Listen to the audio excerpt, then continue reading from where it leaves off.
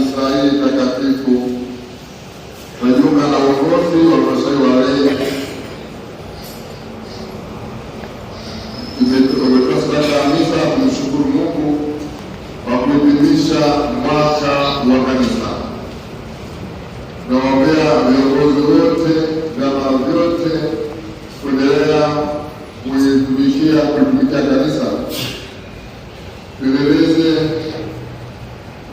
kujenga kanisa letu. Kanisa letu iwe na umoja kama Baba alivyokuwa na umoja. Ni uongozi wa halmashauri ya Walei kwa niaba ya waumini wote wa Chalinze, kwaya ya Kristo Mfalme imetoa sadaka misa, inatoa shukrani kwa Mungu kwa kuhitimisha mwaka wa kanisa kwa sherehe ya Kristo Mfalme somo wao, na Mungu inaomba umoja, upendo. Wanaombea afya njema wanakwaya wao wote. Kwa kipekee tunamshukuru Baba Paroko, uongozi wa Walei, waumini wote, na waombea kwa Mungu walezi wote wanaoendelea kuisaidia kwaya kila siku. Mungu awape afya njema.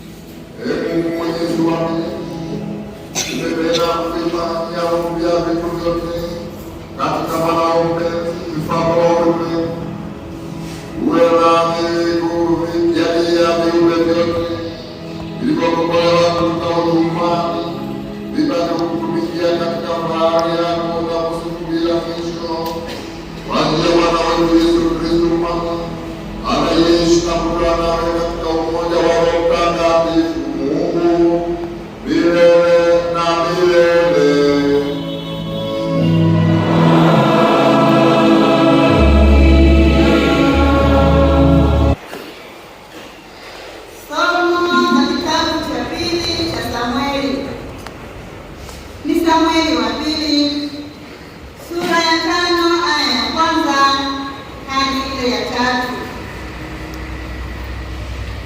Ndipo kabila zote za Israeli wakamwendea Daudi huko Hebroni, wakasema naye wakinena, tazama, sisi tu mfupa wako na nyama yako.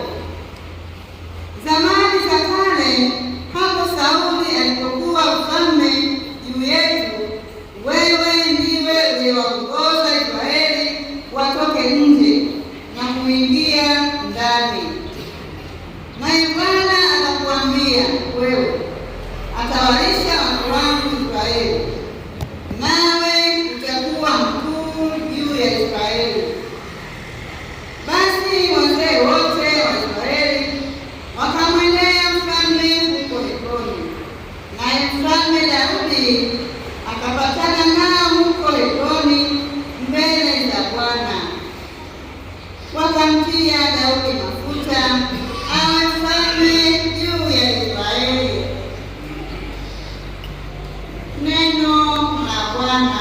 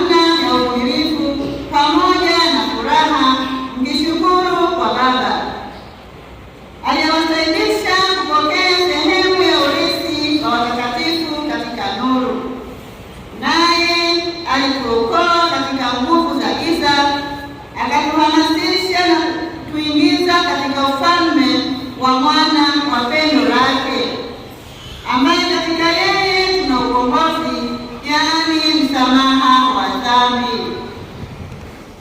Naye ni mfano wa Mungu alionekana, mzaliwa wa kwanza wa viumbe vyote, kwa kuwa katika yeye vitu vyote viliumbwa, vilivyo mbinguni na vilivyo juu ya nchi, vinavyoonekana na visivyoonekana, ikiwa ni viti vya enzi au sultani au enzi au mamlaka. Vitu vyote viliumbwa kwa njia yake na kwa ajili yake. Naye ni mwanzo kabla ya vitu vyote, naye vitu vyote hushikana katika yeye, naye ndiye kichwa cha mwili, yaani cha kanisa. Naye ni mwanzo, ni mzaliwa wa kwanza katika wafu, ili kwamba awe mtangulizi katika yote. Kwa kuwa katika yeye ilipendeza utimilifu wote ukae kwa yeye, kuipatanisha vitu vyote, na nafsi yake akiisha kufanya amani kwa damu ya msalaba wake. Kwa yeye ikiwa ni vitu vilivyo juu nchi ya nchi au vilivyo mbinguni. Neno la Bwana.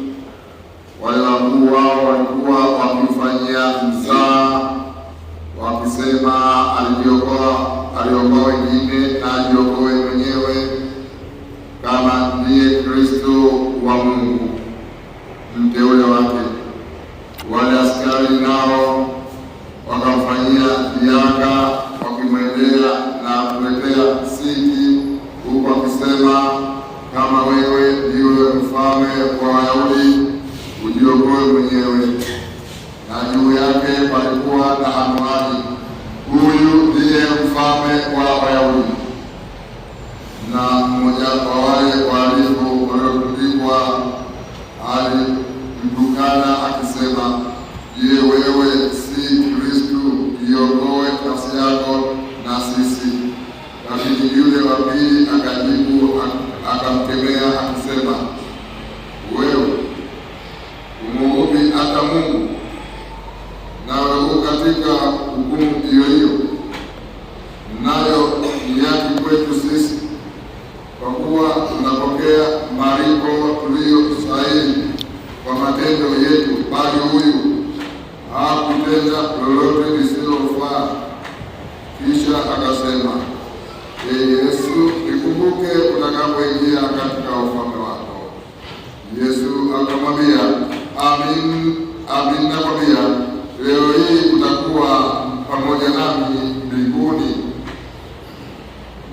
Neno la Bwana.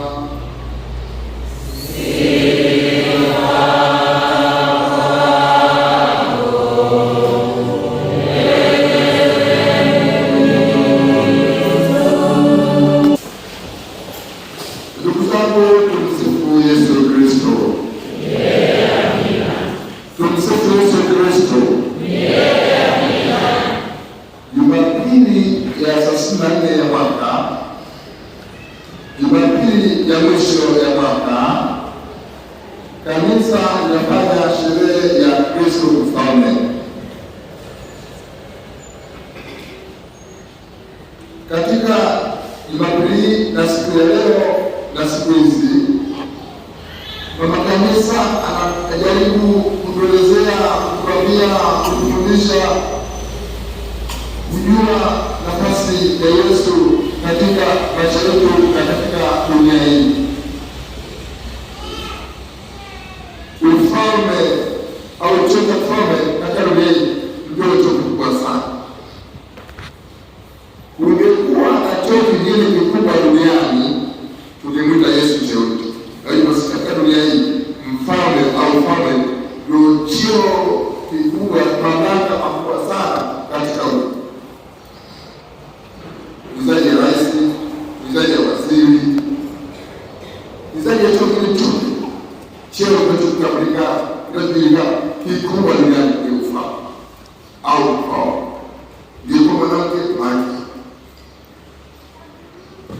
Kwa nini mama kanisa ametokea Jumapili iwe tafakari kufikiria juu ya Kristo kama mfalme?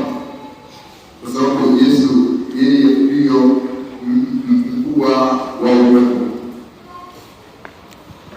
Tunapofikiria, tunapowaza, tunapotafakari, tunapotathmini maisha yetu, hatuwezi kukamata Yesu kama mfalme.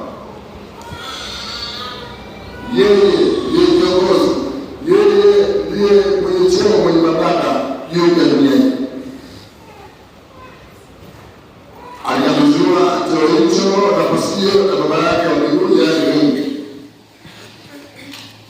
Yeye ndiye alishikilia ulimwengu duniani yeye, maana Yesu Kristo mfalme ni mwana wa Mungu, ni Mungu pia. Tumekuwa hivi tulivyo kwa ajili, tumekuwa hivi tulivyo na uko hivyo kwa ajili ya ndiye kiongozi, ndiye msimamizi wa maisha yetu, ndiye anayejua maisha yetu yote. Huyu Yesu mfalme tena babake, si wa dunia yetu, kutoka dunia hii na wa mbinguni. Ni mfalme wa nyakati zote kwa watu wote dunia yote. Huyu hapa Yesu mfalme. Utambue, uelewe, ufahamu ni kwa ajili yake uko hivi.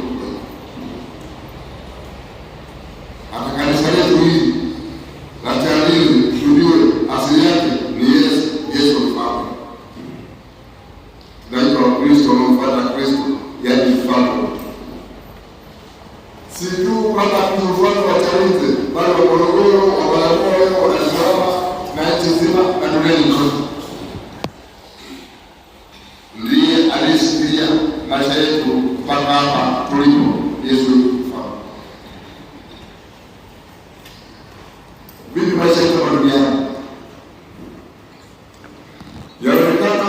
wengine maisha yetu duniani ya mzaa kwa Yesu, kejeli kwa Yesu, dharau kwa Yesu. Tunapona dharau, mzaa inatokea, taifa moyo sisi wa kwanza. Hata wakati ule na walifanya hivyo, walimpiaji Yesu, walimpea zaka Yesu, walimtukana Yesu. Injili leo inaeleza hivi, Wayahudi walimfanyia mzaa Yesu, wakampa maneno mabaya, wakamkejeli kama Bwana Mungu uliokoa wewe ukoe na wengine. Na waskari nao pia wakaletea mzaa kabisa, wakaletea siki, wakaletea kunywa, aliokoa wewe. Dharau ya kubwa sana. Na Yehudi alikuwa pamoja naye, wale tunaokuwa kwenye msalaba, akamkana Yesu, wewe kama Mungu ndio wewe. Huyu ambaye ni mfano, wanafanya wanafanya kinyeni, wanamtukana. Tufikirie tusikia leo, wewe na mimi tutamchukuliaje Yesu? Nasema Yesu ni mfalme sana. Je, kweli Yesu ni mfalme kweli kwako wewe au kitu sisi? Atufanyie vyaka, atudharau, atukejeli, atutukana. Fanya tathmini darasa la darasa. Tangu unapoamka asubuhi mpaka kulala, kuanzia Januari mpaka Disemba, angalia uhusiano wako na huyu mfalme. Tutambue na tujue wa kueneza ufalme huu ni wewe na mimi. Ametumwagia, ametupa zawadi ya ufalme wake. Kuwa ndani kwa nani?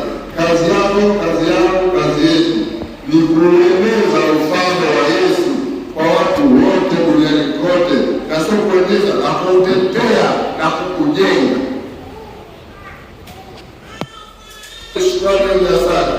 Kazi ni kueneza ufalme wa Mungu kwa mataifa na kwa watu wote, kueneza na kutetea na kukulinda na kukujenga, kwa sababu ufalme kama ufalme hauwezi kujenga wenyewe, lazima ujengwe na watu, na watu wenye ufalme wa Yesu ni sisi. Nendeni ulimwenguni kote kuhubiri Injili kwa kila kiumbe.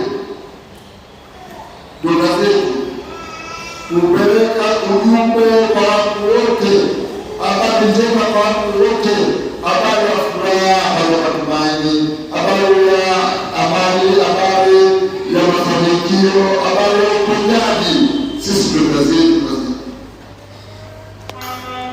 Jinsi tunavyofanya kazi, jinsi tunavyotenda, ndivyo tunavyoeneza ufalme huu wa Mungu. Ufalme wa Mungu unapaswa uwe ndani mwako wewe, ndani mwako wewe, uwe ndani ya nyumba yako, uwe ndani ya jumuiya yako, uwe ndani ya nyumba yetu. Yesu atawale duniani kote na sehemu zote, akianza kwako wewe mwenyewe. Yesu Kristo mfalme, mfalme wa amani. Huyu tunamwona Yesu ndiye kukomboa ukombozi. Kwa hiyo tusiwe na dhihaka, tusiwe na dharau, tusimtukane Yesu.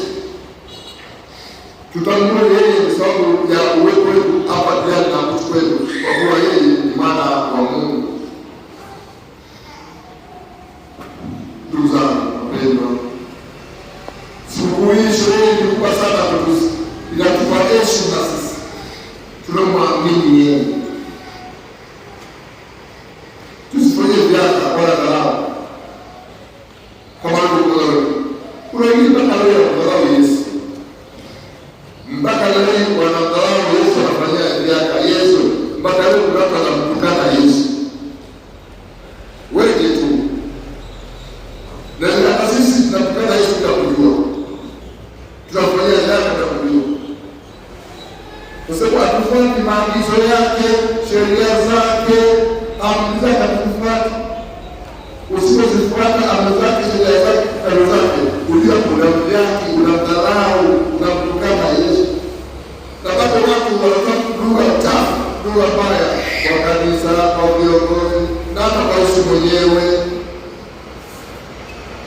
Mpaka leo kuna watu, kuna makundi yanaenda kuta mzaa, dharau na hata kutukana Yesu na mambo yake. Kuna watu wanadharau walio ya sakramenti, na hiyo mwandishi yeye Yesu lakini au sakramenti kuna yake sasa. Kuna watu hawapenda kusali katika kanisa lake. Kuna watu wazingatii maagizo ya Yesu. Tunasema maneno mabaya ya kejeli yasiyopendeza Mungu wala kanisa. Nilipoingia katika wakati huo, Yesu alifanikiwa sana. Yesu alifanikiwa sana katika utume, utumishi wake, kwa sababu alikuwa mtii, alimtii Baba. Yesu alimtii Baba. Kumbukeni, alikuwa mamlaka, alikuwa cheo, alikuwa nguvu na Mungu mwenyewe. Hakutumia cheo, mamlaka, kumtukana, kukatalia Mungu Baba. Yeye akamtii. Ndugu zangu, wakati mwingine Mungu anakubariki. Mungu anakubariki, Mungu anakuongoza, Mungu anakujalia uelewa, ufahamu hata vitu hata babaya. Na nimetumia vitu hivi alivyotukirimia, alivyopatia Mungu kupitia baadaye Yesu kwa dharau. Wengine wamepewa vyeo kwa mfano, nafasi ndani ya ufalme wa Mungu, ndani ya kanisa, hawatekelezi. Mwangalini Yesu pamoja na ukubwa na cheo nacho, akawa mtii kwa baba yake. Kila mwingine alipitia na changamoto kubwa.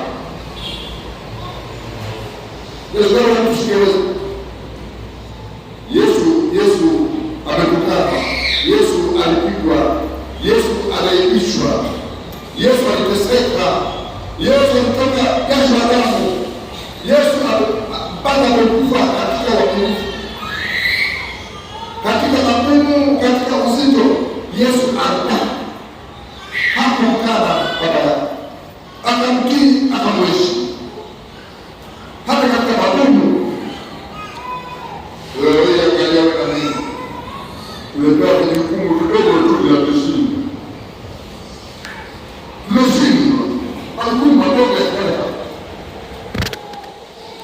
Wengine wasitokeleza kwa hata wakuongea na yeye mwenyewe, wakuongea na Mungu, wanashindwa kusali. Wengine wanashindwa kufanya kazi ya utume aliyofanya Yesu. Yesu alifanikiwa kwa kuwa alifanya utume, lakini mpaka leo kuna watu kwenye utume wote na hajisikifanya kidogo. Kwa nini sana? Na kwa nini tunafanya hivi? Hatufanyii kwake au kwa roho au viongozi, unafanya mwenyewe. Kwa Yesu ndio ukweli, njia na uzima. Yeye ndio ukweli na uzima. Kama ni ukweli ndio njia, amekuwezesha kwa mtii na ukweli. Alikuwa anataka kuongoza, kumkeni alikuwa pamoja kuona Mungu alikuwa na sana. Tena kabla alienda faragani kupata anasali. Anasali. Kama Yesu anasali, anaomba baba yake. Wewe kwa nini usikusali? Kwa nini? Hata kama kuchagua watu wake wale 12, kwanza anaenda kusali, kuomba, apate msaada. Bwana anataka kusali. Anasema tukuombe na Mungu bila cheo, moja bila akona baba. Kwanza mpe Mungu sifa. Kwanza apate kibali. Lakini wengi wetu sisi tunadharau ile ibada. Kwa Kristo watu wapini, tukimaliza kukaa moja kwa pili basi kwa ile pili ijayo ndio kupata nafasi kupata amana, unashukuru kwamba hujasali. Baada ya kusikitika kwa nini sijasali, unafurahi leo hujasali. Yesu alikuwa mtii, alikuwa mnyenyekevu, alienda kusali. Mwanamke anasali, Yesu anasali, wewe unakataa kusali. Hapo wewe unapata mengi, changamoto nyingi, magonjwa mengi, lakini kusali. Au mwisho unataka kama Mungu afanye kazi, Yesu afanye kazi, unakwenda kwa mganga na kuimba maisha yenyewe. Kumbe wewe mwenyewe kwa kujitahidi kwako wa kusali na kuongea na Mungu, Yesu ni kielelezo cha wokovu na uzima. Asipende kusali kama yeye alivyopenda kusali na kupokea majukumu. Yeye kupokea majukumu, kuyafanya majukumu unayopewa na jamii unayopata kabisa. Ukipewa cheo cha wasi, cheo cha katibu, cheo kwenye kitu, furahia cheo hicho, ndio tuwe. Lakini angalia sasa hivi viongozi wengi wa dunia hawajui. Viongozi wa dunia hawafanyi kazi. Viongozi wa kitume wamejisa. Ulizi ukapata usiku leo. Ulizi usiku leo. Kama unashindwa hata kuongoza familia yako, kuongoza jumuiya yako unashindwa. Mara nyingi sana mwamini. Kuonyesha vile viongozi wa dini. Hata hapo. Hata askofu. Hata rais. Kuonyesha vile. Askofu. Rais. Yawezekana walikuwa hawataka kuangalia, lakini yuko wewe unaona matatizo wewe.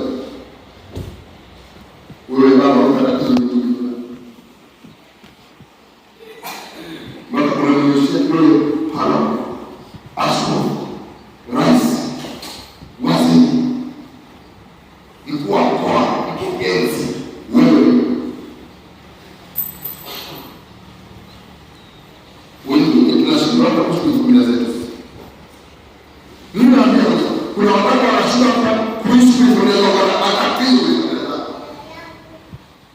Hawaelewi familia zao, wababa ni matatizo.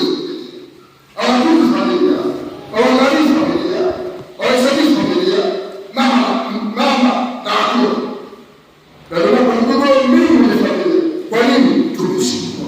Umeshindwa wewe. Leo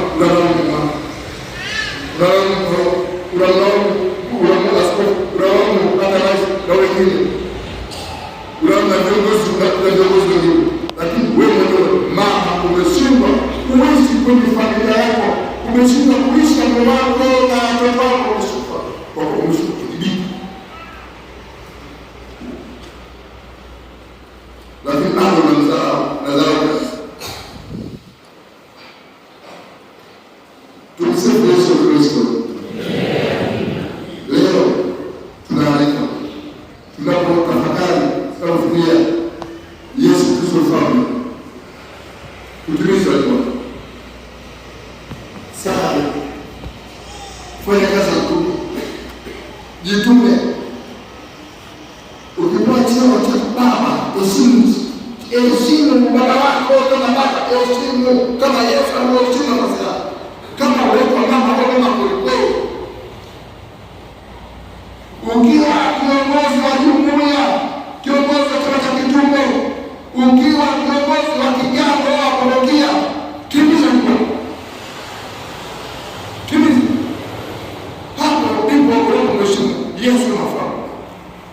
Lakini unaheshimu kuongoza, unaheshimu kusimamia kwenye nafasi uliyopewa ya baba pia mama ya jumuiya ya vijana wa parokia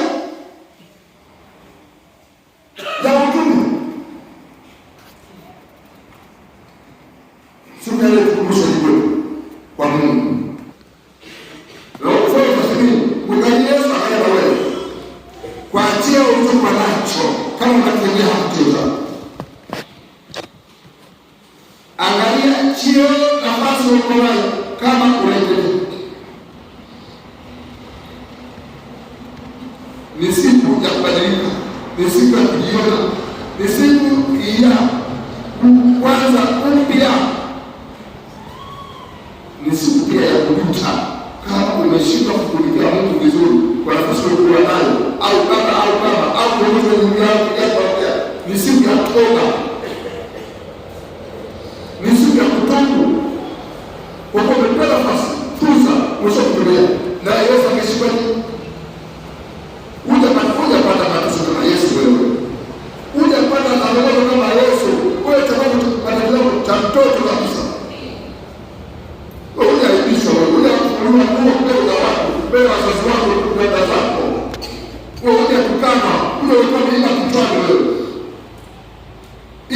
kitu kidogo tu nashuka kitu kidogo. Lazima mwanadamu ukutane ukombane na lazima kama Yesu mfumeno alipopata mpaka amefika Kalvari na msalaba. Wewe unataka kuchukua msalaba. Katika mambo ya stress. Hata kusali baada ya kusali. Mbele kusali na kusali, kusali, siwe usingizi, kusali siwezi nataka mbali. Kusali siwezi nauli.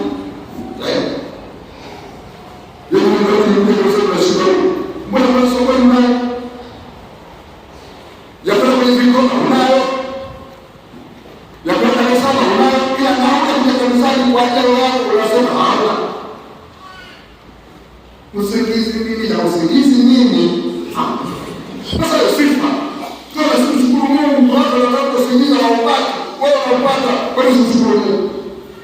Au Mungu wewe unasema bora asukuru na sababu mbele za sababu. Unasema nini hapo? Kwenda sana, kwenda taka, kwenda kwenye biashara. Usingizi. Ila kanisa usingizi. Wanataka kulala saa 11, saa 12. Unawahi ya baraka kule. Unaenda kusema kule. Unaenda kwenda kule. Unaenda kwenda kule. Unaenda kama kwenda. Tena utaenda kanisani. Bila sababu unapata baraka. Unapata kifungua kinywa cha neno la Mungu. Unapata kifungua kinywa cha Roho Mtakatifu. Sababu unaomba mjini. Kanisani unasema hawezi. Ofisini unawahi ofisini kila siku saa 1:30 huko ofisini unaripoti kabisa pale. Kabisa unashindwa. Acheni hizo ndugu zangu. Tumsifu Kristo. Wakati wa kufurahi. Wakati wa kuenjoy. Wakati wa kufanya maisha. Wakati wa kula vizuri, kuvaa vizuri.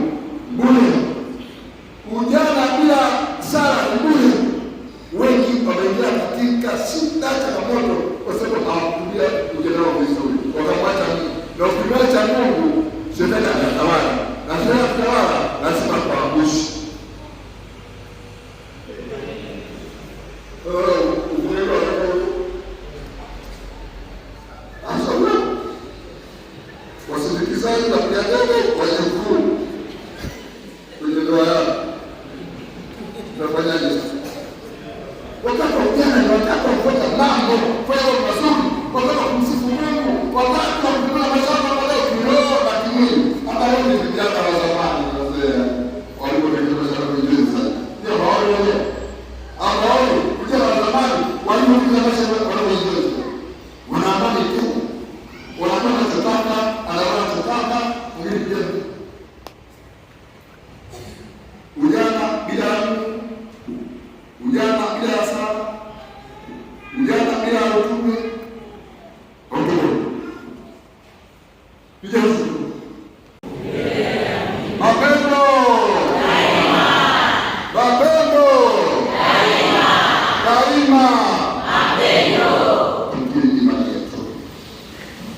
tunasadiki kwa Mungu mmoja.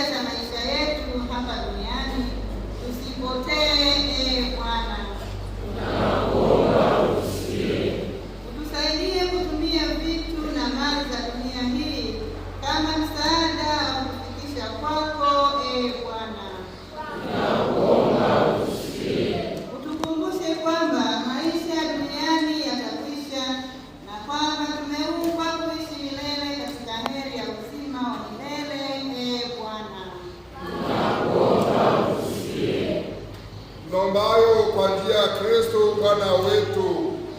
Amina.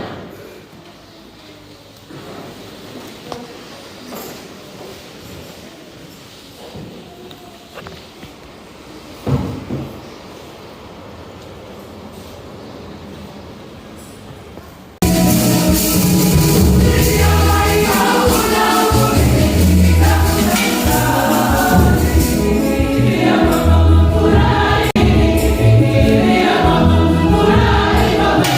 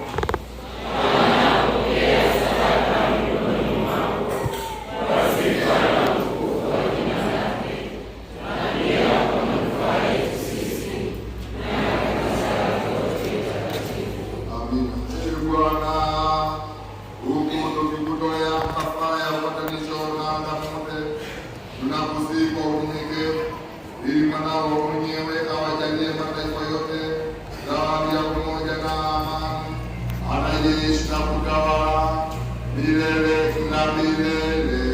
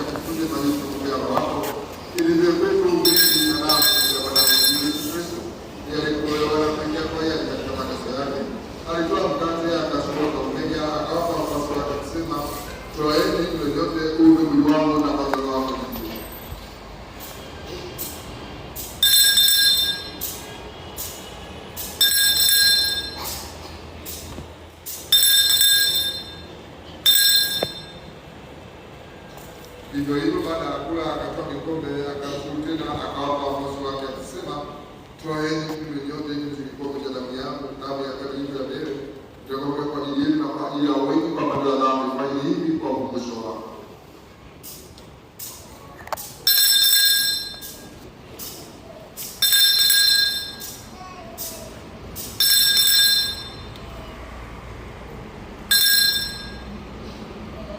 Fumbo la imani.